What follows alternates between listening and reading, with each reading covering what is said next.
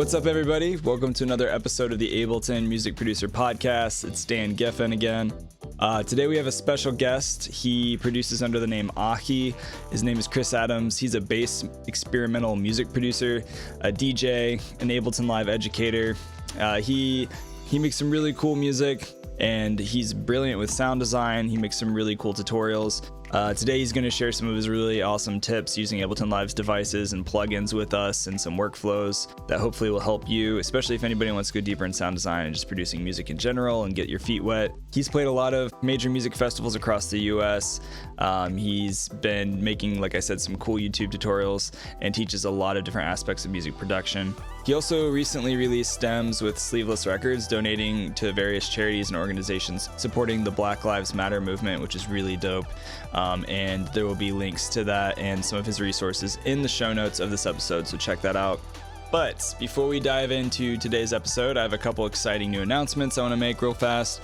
The Live Producers Online Membership Facebook group is now open, where you can ask for support with your Ableton related questions, and I will get back to you. It's a good way to better connect with me and the music producer community with Live Producers Online members. I've got a content calendar scheduled, so every Monday I'm doing Track Feedback Live, where those who are members of Live Producers, you can submit your songs and I will give you feedback in the group, a live streaming, and it's a good way to get feedback on unfinished tracks you're working on.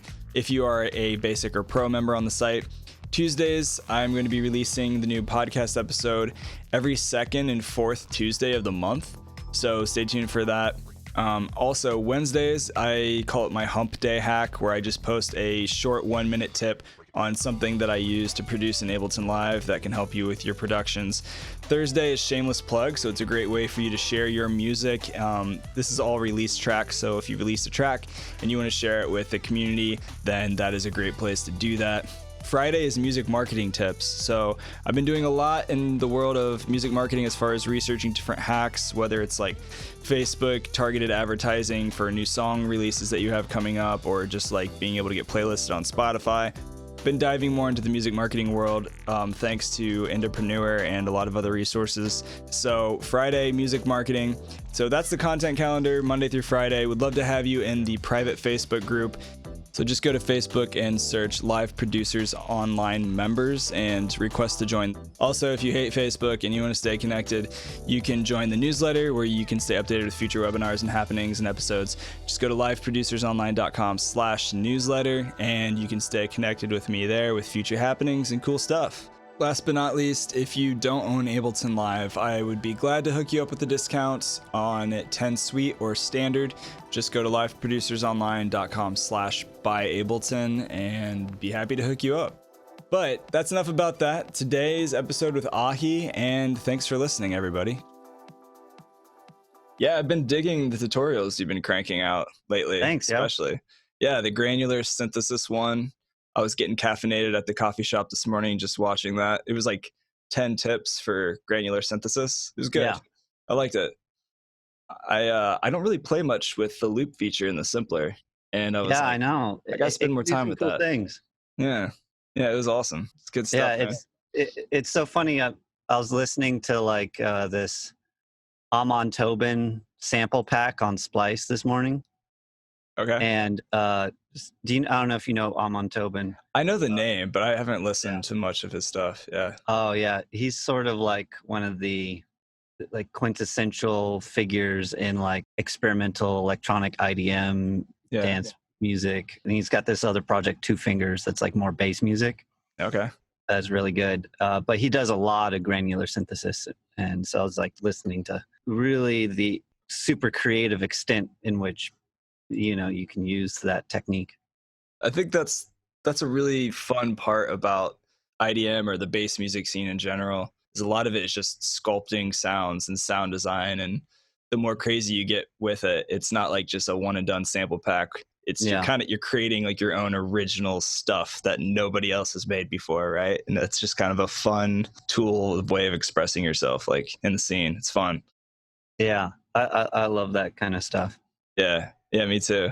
But thanks for joining the podcast, like for real. And we finally did it. I got you here after a while. I know you're busy.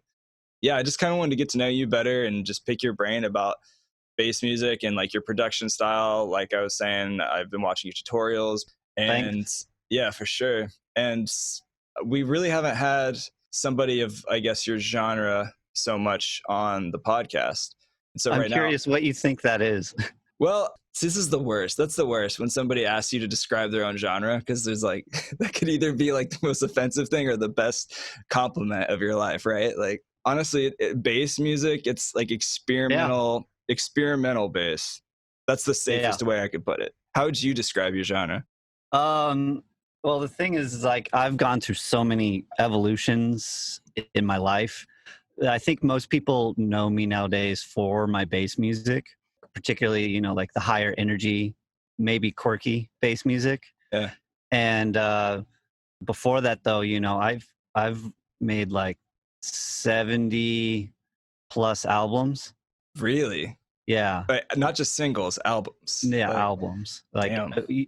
average an hour length of music per album. That's wild. And these are all like 3 to 4 to 5 minute songs on average. Yeah, sometimes they're up to 8 minutes. I mean, I've just made so much music. That's a lot.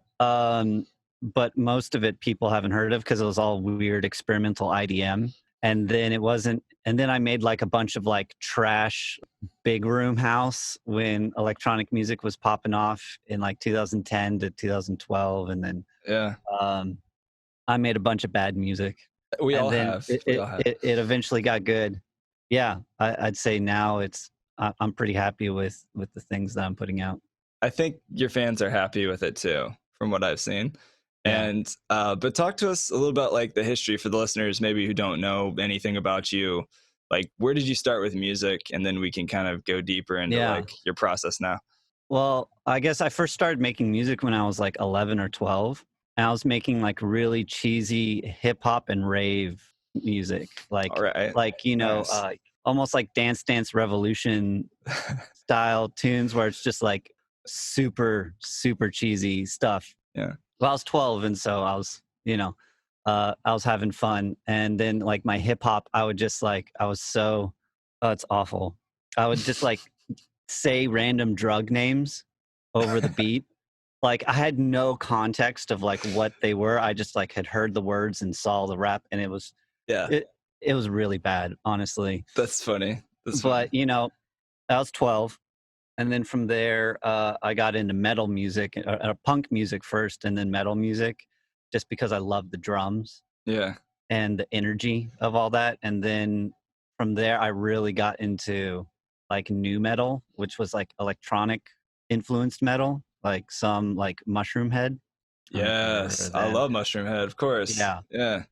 And then I got into Aphex Twin. I like randomly was at a Barnes and Noble, like back when Barnes and Noble had like CDs. I never would have expected Barnes and Noble to be playing a lot of Aphex Twin, to be honest with you. Yeah, no, I was just like going through records, okay. Barnes and Noble, and found this one. They had like this way that you could scan the CD and listen to a sample of one of the songs. Yeah. And I just listened to this Aphex Twin. My mind was like blown away. Yeah. The drums are even crazier. It is. It's real out there. I love it. And so from there I got into my IDM phase, and then eventually like I heard like Skrillex in like 2012, and it was like complex but in like a different way. Yeah. It was still like super danceable, and I started to really get into dance music that way again. Yeah.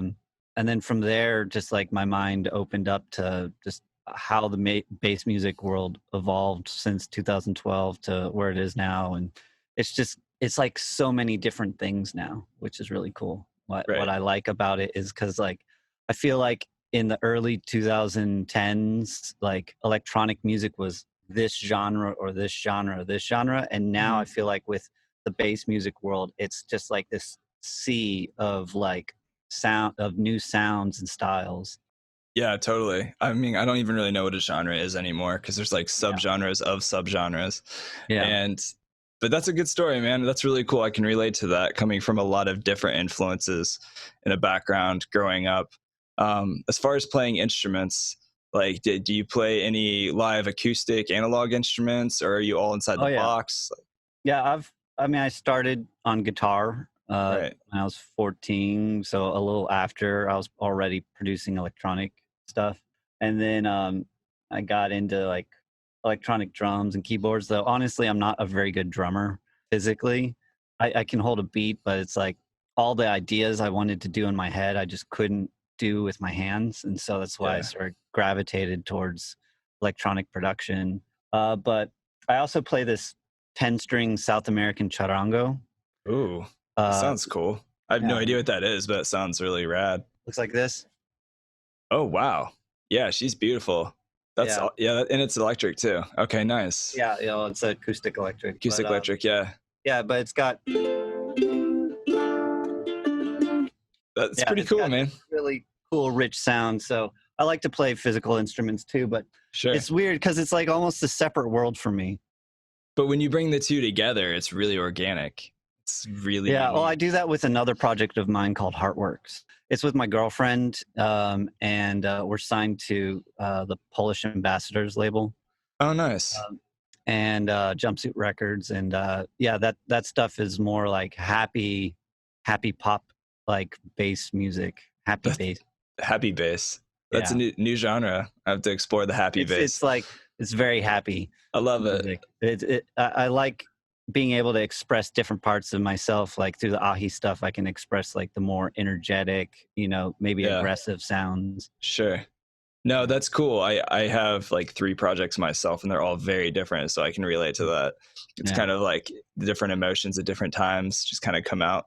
You've got yeah. like outlets for all of those. That's dope. So that was a little bit of background with you producing music. If you could go back to your like past self now, like what are some things you would say, or how would you guide yourself in music production? Because I know you do a lot of tutorials, you do a lot of teaching, but if you had to teach yourself way back in the day, like what are a Man, couple things you would tell yourself? I just put out a tutorial this morning on sample selection, and man, I feel like that one would have really helped me out. Like I don't know, I feel like it's like an easy topic to misunderstand. Uh but I could really see now, I see now that like making sure that all of your sounds, like especially in your drums, are actually like full and like Mm-hmm. actually sound real Mm-hmm. in, or like they could actually move you and make you dance. And I feel like I've made so many songs with subpar samples before Yeah, that, and now with splice.com, it's like it's so easy to get really good samples at a really cheap price. it's true. I don't know anybody that uses all their credits every month in Yeah, Splice. right. I don't think it's possible. Yeah. Yeah. uh yeah, so just learning about that, especially for bass music, that and because like I sort of was attached to creating everything on my own, and I just wasn't at the skill level enough to really create good stuff at a certain part of like my process. And now I feel like I can create most of all my own stuff, but I still use a lot of other samples too. I don't know, I had to get over this thing in my head that I wasn't as creative by using other samples. And Sure. like I had all these like blocks where I'm like, I have to create everything Yeah. in the song. And now I'm at a point where I'm like, everything in the world is a potential use for the thing that I'm trying to achieve. And that to me was like a hurdle I had to personally get over. Sure. And that's also because you're from outer space, right? With the aliens. So everything in this world is still foreign to you, right? That's part of it, isn't I can totally see that. it? That's Yeah. funny. No, I mean, for people who maybe don't know you, like that is kind of like your character or like your personality. And Oh yeah. it's great. I love it. I love outer space, everything. I'm Yeah. Besides making music, I like to learn a lot about astronomy and just like the cutting edge of space science. Yeah. No, that's really cool, man. I'm into it too. But yeah, I mean, kind of going back to what you were saying, giving yourself permission to use samples and not feel like you have to make everything from the ground up. I Yeah. can totally relate to that because a lot of times, and like when I first started, I had the same issue where it's like I was taking mediocre samples and then spending a lot of time trying to mix them to sound really good. When Yeah. In reality, the stuff on Splice, if you find the right samples, you don't have to work super hard to mix them because somebody's already EQ'd and compressed them and did transient design to the snare and all these other things to make it sound awesome out of the gate. And then you're just kind of molding it together so it all fits. But I feel like earlier in my career, I was more obsessed with the process.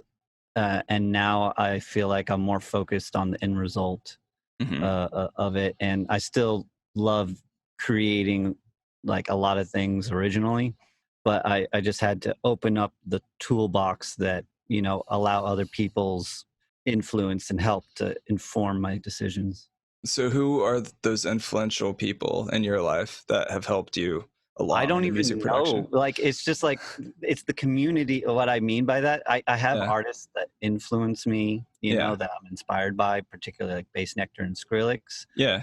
I really feel like they're able to curate things extremely well. And that's why I dissect their tracks. Yeah. You know? I think that's my most popular video is me dissecting Skrillex and Bass Nectar tracks and talking about how they mix their stuff using, and then now I talk about using Span. But I'm, in terms of like influencing, I think it's so interesting. There's like probably thousands of people who I have no idea who they are, but I'm like using their samples, or, you know, I'm just like coming across sounds that I just wouldn't have thought of before, and like using those things to get inspiration from. And I feel like now more than ever, it's just like this like community, like hive mind that you can just like pull ideas and put together your own thing. You know? Yeah, exactly. There's a wealth of knowledge out there for free where people can just go to.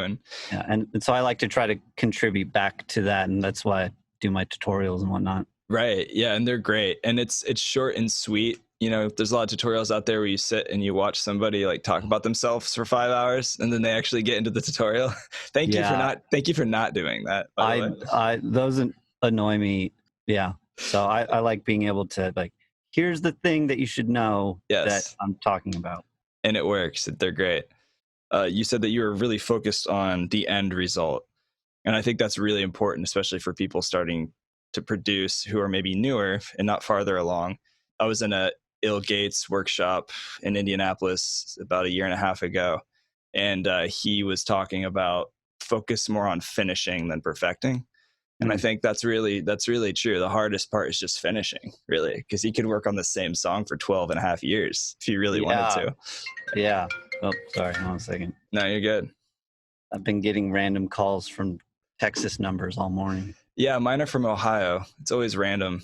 Yeah. And you probably just want to cruise. You might want to call him back or something. Yeah. Great time to go on a cruise right now. It really is, isn't it? Yeah. This is a great time for a cruise.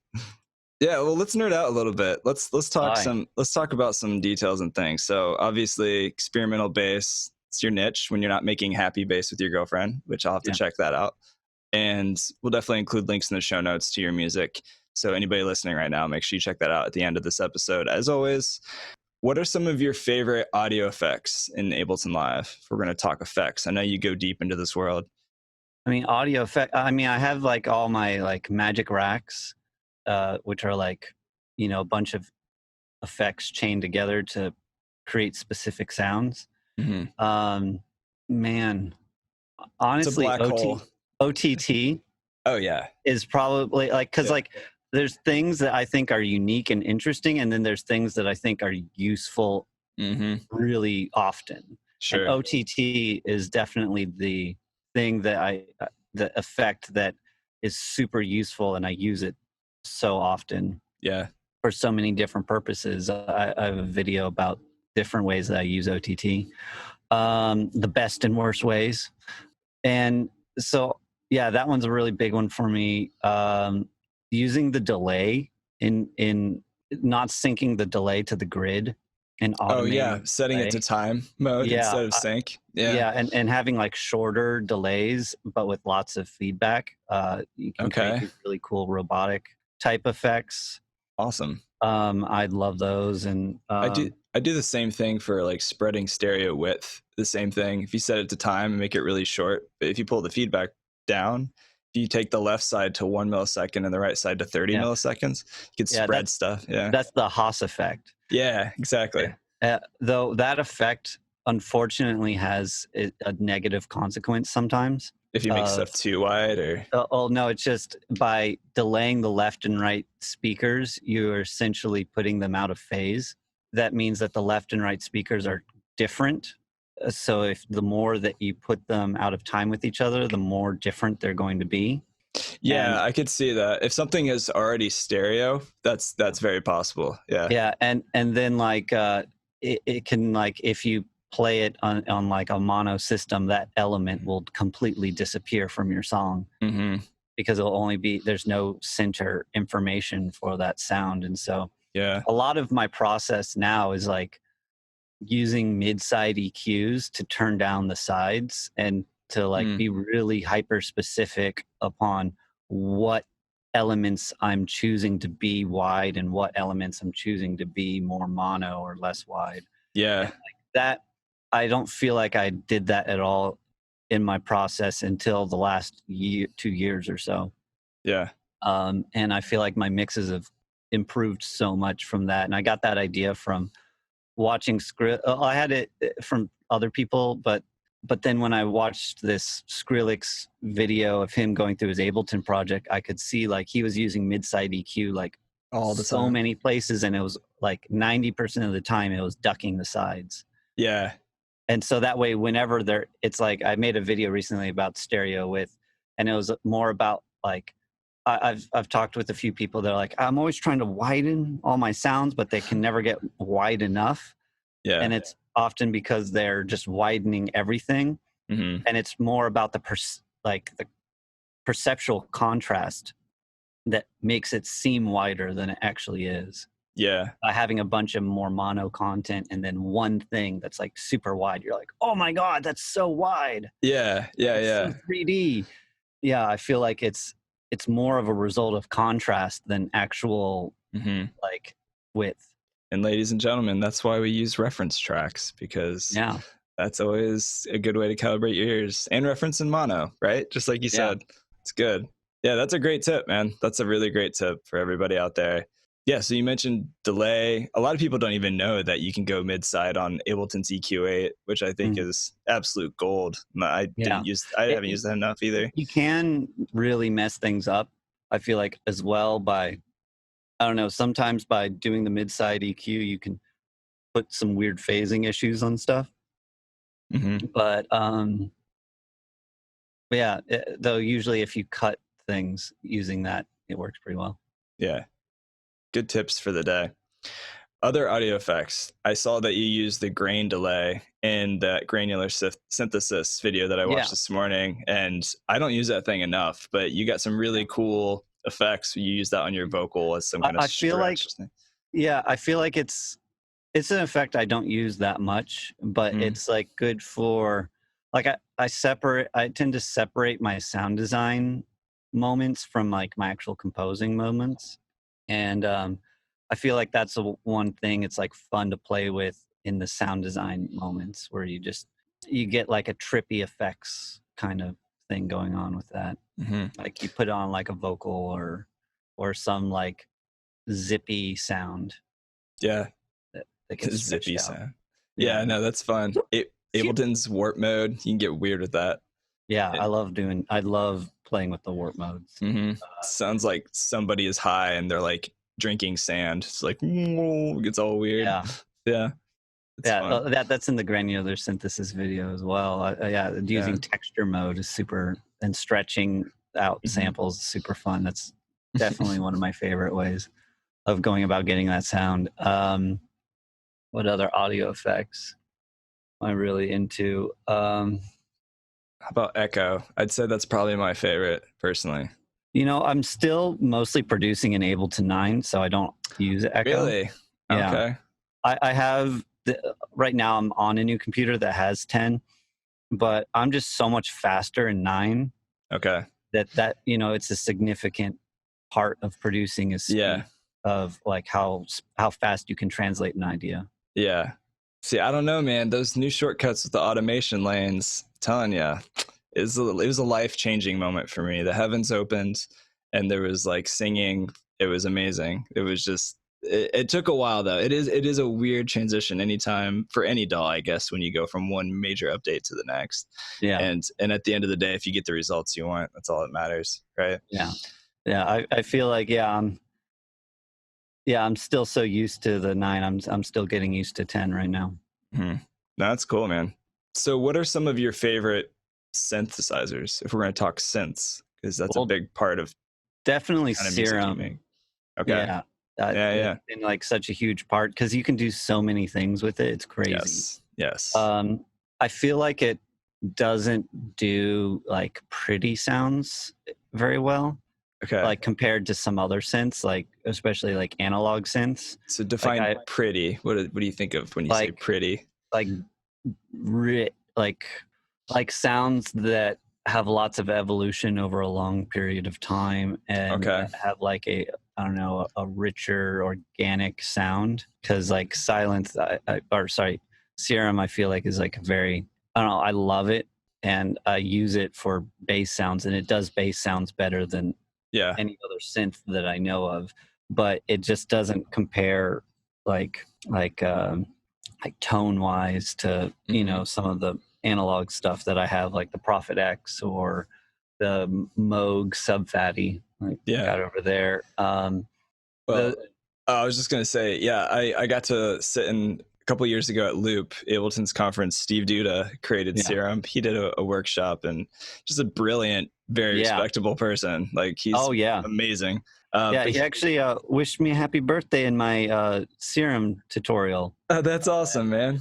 That was super sweet. When was your birthday? May 18th. Okay, that's not too far away. Happy birthday, man. Hey, thanks.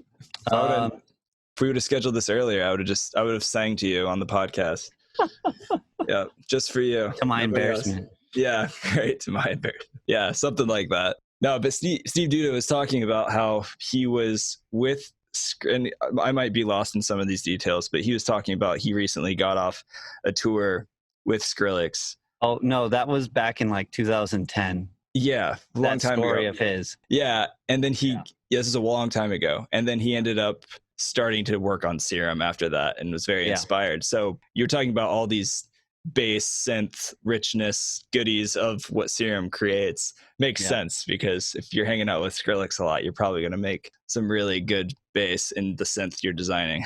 I feel like there's so much potential with the importing like wavetables that people don't really get the full advantage of, because it's very easy to mess up the import process. Like how so? I'm just curious, because I haven't really done that much of that. So I need to do a full tutorial on this. Before I was doing YouTube tutorials, I was doing like 2-minute long Instagram tutorials. Nice. And I did one on this process where there's basically a way where you can type in like F1 or like F2 or F0 into the algorithm part within the wavetable editor of Serum. Like, the wavetable editor. Yeah. And then there's like that blank line of like that blank bar at sort of the bottom of it that you can type things in, like algorithms or math equations and whatnot. And so if you type in just like F something, F1, F2, it will listen to the incoming sample that you send in, referencing that note on the keyboard. Oh, I didn't know that.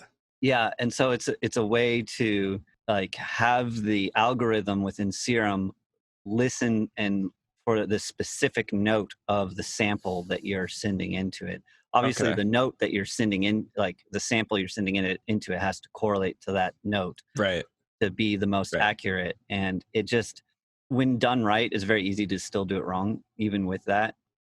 When done right, it's just so clean and so smooth, and it doesn't have any like digital artifacts and stuff. Yeah, which I think it's very, very easy to do that. And so, being able to import other sounds as wavetables like is really an infinite source of sounds like that you can get out of that. Like any sound in the world can be imported as a wavetable. I've gotten really into importing physical instruments, like a kalimba pluck. That's tight.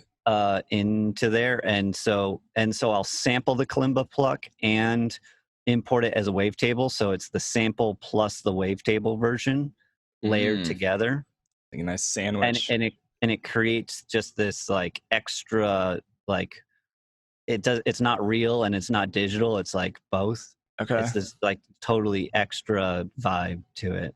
That's really cool. I need to play more with importing samples. I only did that one time a couple years ago at a coffee shop.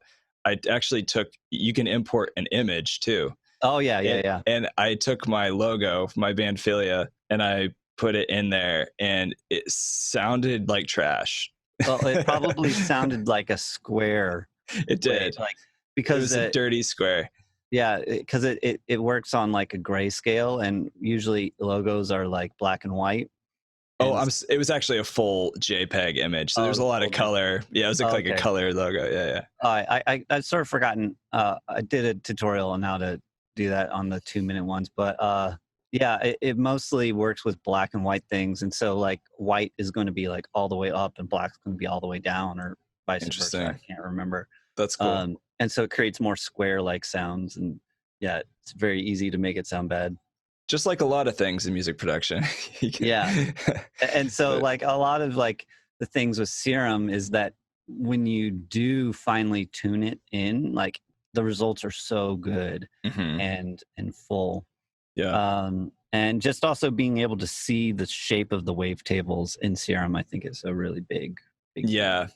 Honestly, just the interface of a plugin can inspire you to take a different route, I feel like. Yeah.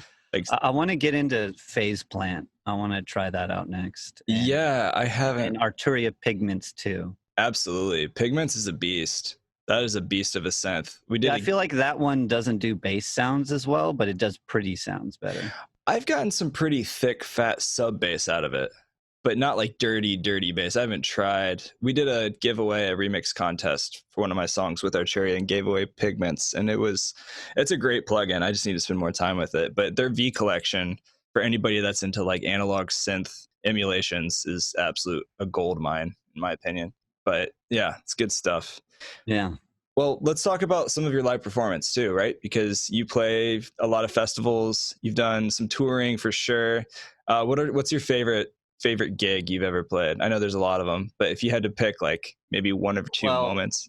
Yeah. Okay. So two things. So before AHEE, I was also I should say at the beginning of like when I started making bass music, like 2016. I was also working for this other act called Lucent Dossier Experience. Yeah. And they were like sort of a circus act. So it was like Cirque du Soleil mixed with Burning Man. That's awesome. But with like world-inspired bass music. Sign me up. That sounds amazing. It was very cool. All the people that are involved in that are like insanely talented. And it's more than just performing tricks. It's like people that are like, it's more about like their passion and like the energy that they carry on stage. They like become these otherworldly characters. And is that how the alien image came out of that? Is that how no, I've just always been obsessed with aliens. Oh, okay. And cool. Everything. So nice. But but for that group we played like huge shows, like, we headlined Lightning in a Bottle, Symbiosis. Yeah, that's a great one. And then probably my biggest show I did with them was we headlined the Sahara tent at Coachella. That was like 20,000 people. Yeah, that's no joke. Yeah. And honestly, that was like before I felt like I was honestly like really, really good. Like my production, like I was pretty good. Yeah. And so it's just funny to be in front of like so many people. Yeah. Just feeding off of that energy of all those people, just loving it. That's great. My AHEE shows, the AHEE act wasn't as big. It still isn't as big yet as Lucent. But I think my favorite show I've played as AHEE was Lightning in a Bottle last year. Okay. Where's that at? It's in California. Okay, because you're in Santa Cruz, right now? No, I'm in this place called AHEE, Oh, which is okay. like just north of LA. Gotcha. Yeah. Yeah, I love LA. I love the culture there. Living there, it's a little crazy. I could see that. Yeah, 100%. I've just gotten so used to, I don't know, more of a rural lifestyle. Mm-hmm. Yeah, and you're raising chickens. No, well, not me raising chickens. Right. This week I'm taking care of them because the owners are out and my girlfriend's out. So basically, well, someone else that lives here as well opens up the pen and feeds them in the morning. They're out wandering around on this 2-acre property that I'm on all day, eating bugs and whatnot. And then at the end of the day, I go and feed them again. And when I go, it's so funny. I get like 25 chickens following me around. You're like their new father. They're just like, you know, and we got 3 roosters here, and that's awesome, man. Yeah, and then I feed them and I put them up. They all go to the coop at night. Like they wander around 2-acre farm all day, and every night when it gets dark, they all go to the coop. They go right back because they know they're getting fed. And in the daytime, they're probably outside your window, just like listening to your music, just bouncing around, probably loving it. That's why they follow you. Yeah. These are your biggest fans right there. I can hear them. Yeah, they're happy. They're loving it. They're loving your beats. Yeah. Have you thought about sampling one of them? Oh, yeah, definitely. I think you should. Recently, I've been really getting into making my own reverbs. Really? How so? With like convolution? Yeah, convolution reverb. Well, specifically, I'll go to like, I've been going to like these like tunnels and like sewer, like super dry here right now. Mm-hmm. And so there's all these like water tunnels for like water drainage. Oh, that's perfect. And so I've been going in those and like playing sounds and recording it, and then using that as a sample in the convolution reverb. Yeah, the Max for Live effects, right? Yeah, the thing's great. I always recommend to like my students to use that instead of Ableton stock reverb. Personally, I just think it sounds great. Yeah, it does. I do like the stock reverb has its place, but yeah, I'm starting to really love. Also, I really like Valhalla reverb. Oh yeah, dude. Yeah, have you played with Supermassive? That was like the newest one. That thing's fun. It's really fun. Is that like the chorus one? It does chorus. It's kind of like a Frankenstein of things. It's like the chorus and the frequency modulator and the Valhalla original reverb kind of all married into one. That thing's cool. So how do you what do you use as like your noisemaker for the actual sample? I'm just curious. Like, well, I was playing like an impulse response into the cave, but honestly, it wasn't loud enough, and so I would just make a loud sound with like a hammer. Okay. You know, and that was acting as like an impulse response, and because of the way the convolution reverb works, you can just get any sample, and like you could even get like non-reverb samples and use it as a convolution reverb. And like I've been trying to import like vocals as the convolution reverb, and what does that sound like?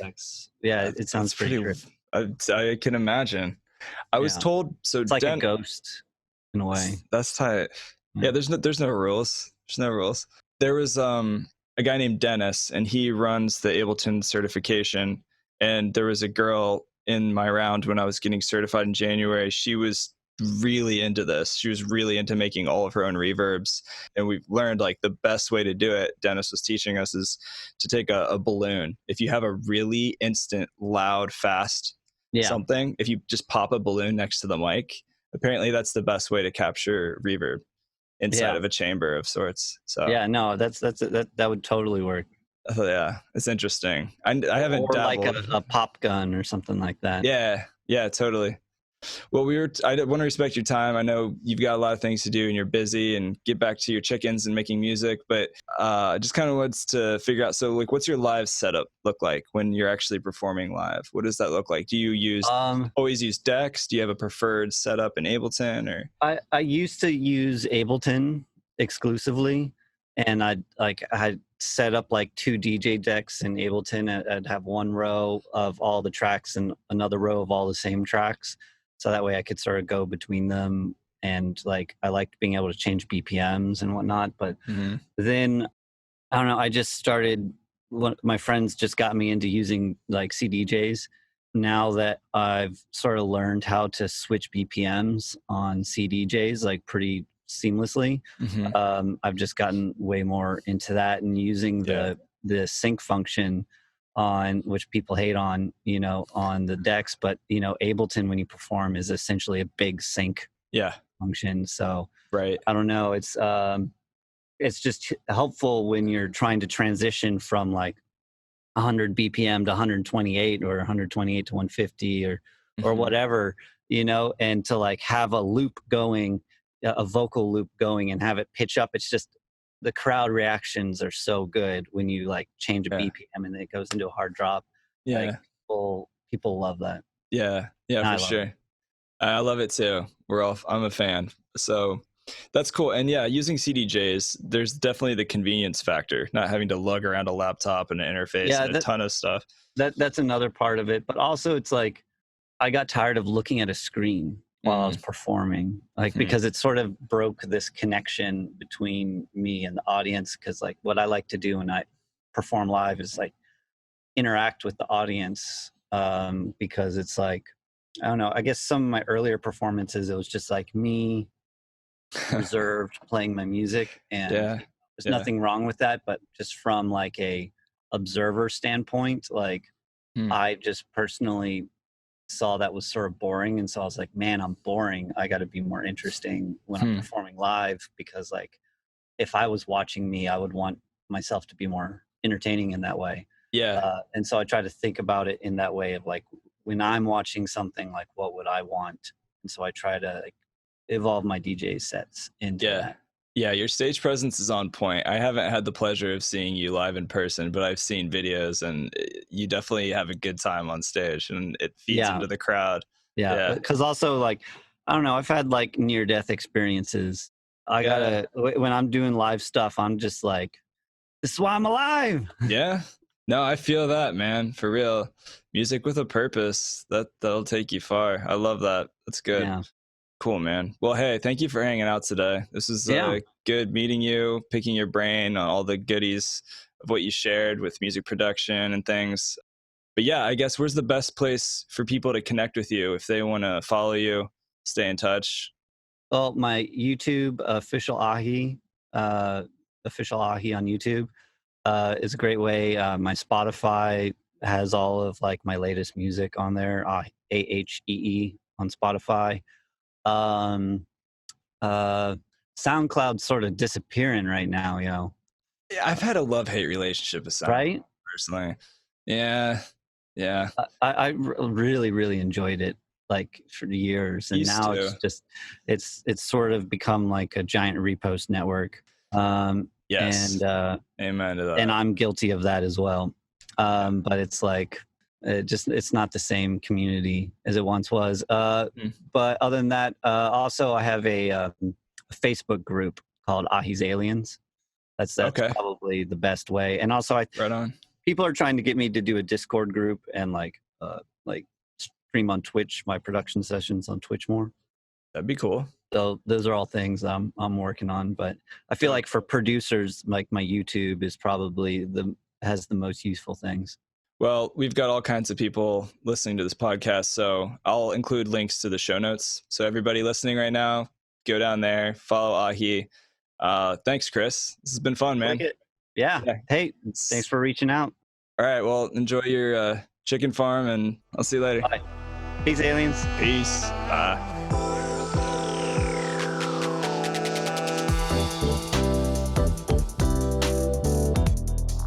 Hey, don't forget, if you want to stay connected with me and learn some new cool tips and tricks with Ableton Live and a lot more, and get involved with the community, the Facebook group for Live Producers Online members is open. Just go to Facebook, search Live Producers Online members, and request the join. Just say podcast or something like that, and I'll approve your request. Love to see you in the group. Also, if you want to save some cash on Ableton Live, if you've been using the free trial and you want to upgrade to standard or suite, then just go to liveproducersonline.com/buyableton. Be happy to hook you up Much love, everybody, and happy producing. I'll see you next time.